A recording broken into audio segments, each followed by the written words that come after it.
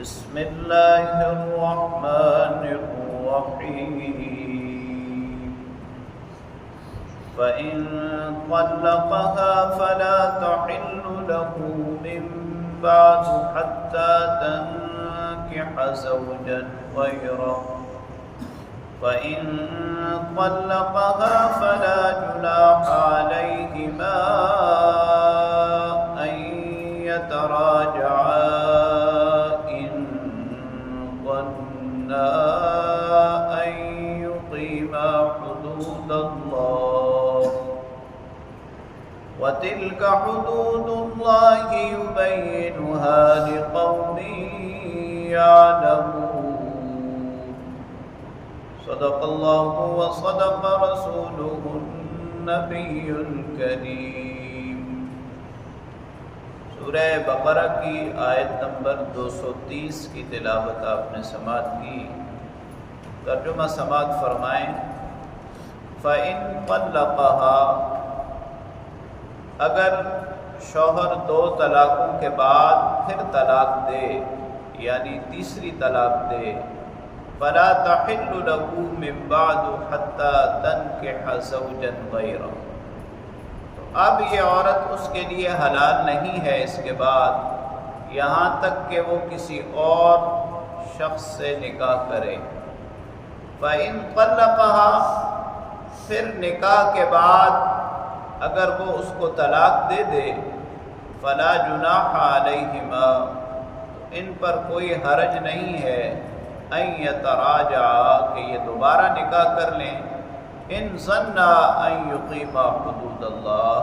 اگر یہ گمان رکھتے ہوں کہ وہ اللہ کی حدود قائم رکھ سکیں گے۔ وَتِلْكَ حُدُودُ اللَّهِ، یہ اللہ کی حدود ہیں، یبینھا لقوم یعلمون، جو اللہ تعالیٰ واضح کرتے ہیں، بیان کرتے ہیں قوم کے لیے تاکہ وہ جان لیں۔ گزشتہ آیت کریمہ میں یہ حکم بیان ہوا تھا کہ طلاقیں 2 ہی ہیں، یعنی جن طلاقوں کے بعد رجوع کا حق ہے وہ 2 ہی طلاقیں ہیں۔ آج کی آیت کریمہ میں یہ بات واضح طور پر بیان کر دی گئی کہ اگر تیسری طلاق دے دی جائے، چاہے وہ ایک ساتھ 3 طلاقیں ہوں یا وقفے کے ساتھ 3 طلاقیں ہوں، 3 طلاقیں جب ہو جائیں تو اب نہ تو خاوند کو رجوع کرنے کا حق حاصل ہے اور نہ دوبارہ نکاح کا حق حاصل ہے۔ اب ایک ہی صورت ہے، حتی تنکح زوجا غیرہ، کہ اس نکاح کے اس طلاق کی عدت پوری کرنے کے بعد اگر وہ خاتون دوسرا نکاح کرے اور دوسرے نکاح کے بعد ان دونوں کے درمیان ازدواجی تعلقات قائم ہوں، پھر اگر کسی وجہ سے ان کے درمیان بھی نباہ نہ ہو سکے اور وہ شخص طلاق دے دے، اور اس طلاق کی عدت پوری کرنے کے بعد اگر اب یہ دونوں نکاح کرنا چاہتے ہیں اور دونوں کو یہ یقین ہے کہ آئندہ وہ اللہ تعالیٰ کی حدود کو پامال نہیں کریں گے، اللہ کی حدود کے مطابق میاں بیوی کے جو حقوق ہیں وہ ادا کر سکیں گے، تو پھر یہ دوبارہ نکاح کر سکتے ہیں۔ یعنی طلاق کو سمجھنے کے لیے یہ بات بہت ضروری ہے کہ اگر خدا نخواستہ میاں بیوی کے درمیان اختلاف ہو جائے تو شوہر کو چاہیے طلاق دینی ہی پڑے۔ ویسے تو طلاق کو ابغض الحلال کہا گیا ہے، حلال چیزوں میں سے سب سے مبغوض ترین چیز، لیکن اگر طلاق کے سوا اور کوئی چارہ کار نہیں ہے تو وہ ایک طلاق رجعی دے۔ ایک طلاق رجعی کا فائدہ یہ ہوگا کہ عدت کے دوران بغیر نکاح کے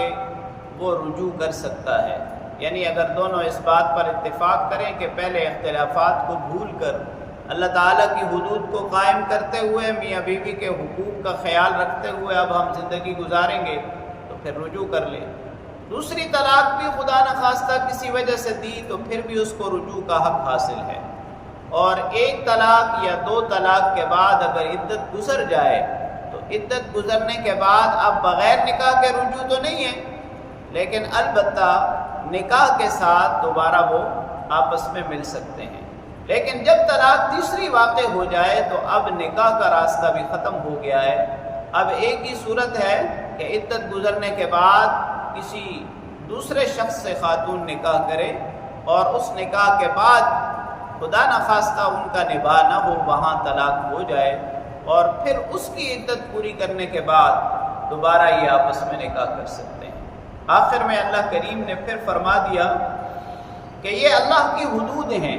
یعنی طلاق، نکاح اور طلاق کے اندر رجعت، چاہے وہ نکاح کے ساتھ ہو یا نکاح کے بغیر، اور اس رجعت پر پابندی، یہ تمام اللہ تعالیٰ کی حدود ہیں جو اللہ تعالیٰ نے واضح کر کے بیان کر دی ہیں، تاکہ اس کو جان لیں، سمجھ لیں اور اس کے مطابق عمل کریں۔